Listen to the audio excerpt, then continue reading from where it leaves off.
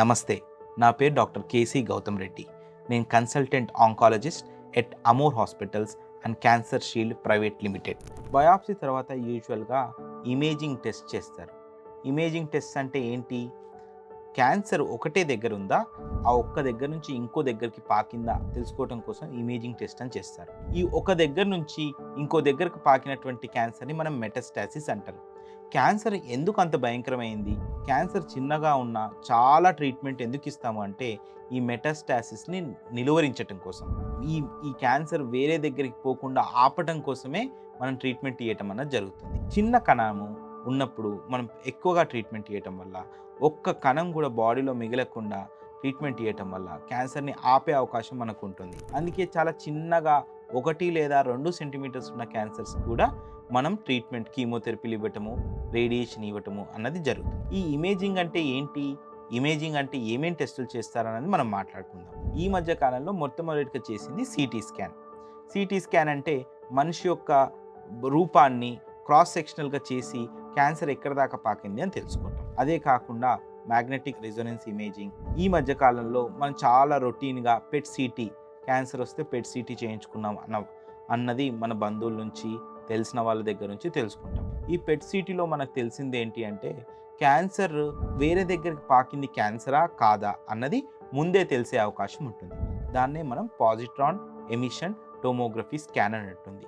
యూజువల్గా positron emission tomography scan అని చేయటం వల్ల క్యాన్సర్ ఒక దగ్గర నుంచి ఇంకో దగ్గరికి పాకిందా, బాడీలో ఇంకా వేరే దగ్గర ఎక్కడన్నా ఉందా అన్నది తెలుసుకునే అవకాశం ఉంటుంది. చాలాసార్లు నాకు స్టేజ్ 1 క్యాన్సర్ ఉంది, స్టేజ్ 2 క్యాన్సర్ ఉంది, స్టేజ్ 3 క్యాన్సర్ ఉంది, స్టేజ్ 4 క్యాన్సర్ ఉంది అని మనలో మనం మాట్లాడుకోవటం, లేకపోతే వేరే వాళ్ళు మనకు చెప్పటం అలాంటివి గమనిస్తుంటాం. అసలు ఈ స్టేజింగ్ అంటే ఏంటి, స్టేజింగ్ ఎలా చేస్తారు అన్న దాని గురించి మాట్లాడుకుందాం. ఇందాక చెప్పినట్టు మనకు ఒకసారి బయాప్సీ, జెనెటిక్ టెస్ట్లు, దాని తర్వాత ఇమేజింగ్ వచ్చిన తర్వాత ఆ క్యాన్సర్ ఒక దగ్గర నుంచి ఎంత దూరం పెరిగింది అన్న దాన్ని బట్టి 1, 2, 3, 4 అనే స్టేజెస్ ఇస్తాం. ఈ ఎందుకు స్టేజింగ్ ఇలా చేస్తామంటే క్యాన్సర్ అనేది ఒక గ్లోబల్ వ్యాధి. అమెరికాలో, ఆఫ్రికాలో, యూరోప్లో, పశ్చిమాసియాలో, మన దేశంలో ఇదే రకమైన క్యాన్సర్ వస్తుంది అనుకుంటున్నాం.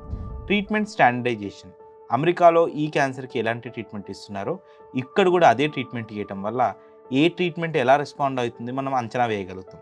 దానికోసమే మనం స్టేజింగ్ చేయటం జరుగుతుంది. ఈ స్టేజింగ్ యొక్క ముఖ్య ఉద్దేశం ఏంటంటే ప్రోగ్నోసిస్. పేషెంట్కి మనము ముందే ఎలా ఉండబోతుంది అని చెప్పే అవకాశం దొరుకుతుంది. యూజువల్గా స్టేజ్ 1, స్టేజ్ 2, స్టేజ్ 3 క్యాన్సర్స్లో క్యూర్ చేసే అవకాశం ఎక్కువగా ఉంటుంది.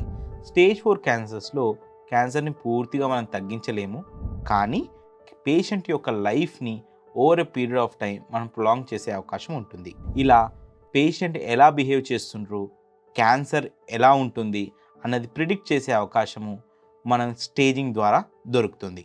క్లినికల్ అసెస్మెంట్ అంటే క్యాన్సర్ ఉన్న వ్యక్తి ఎలా ఉన్నాడు, క్యాన్సర్ వల్ల ఏమైనా లక్షణాలు ఉన్నాయా, క్యాన్సర్ కాకుండా వేరే ఏమైనా ఇబ్బందులు ఉన్నాయా, ఉంటే వాటిని ఎలా సాల్వ్ చేయాలి, క్యాన్సర్ ట్రీట్మెంటు వేరే ఇబ్బందుల ట్రీట్మెంట్ ఏమైనా ఎఫెక్ట్ చూపిస్తుందా, కేవలం ఫిజికల్గా కాకుండా సైకలాజికల్గా, దాని తర్వాత సోషల్ అండ్ కాంటెక్స్చువల్గా పేషెంట్ ఎలా ఉన్నారు అన్న తెలుసుకోవటం అన్నది క్లినికల్ అసెస్మెంట్ అంటారు.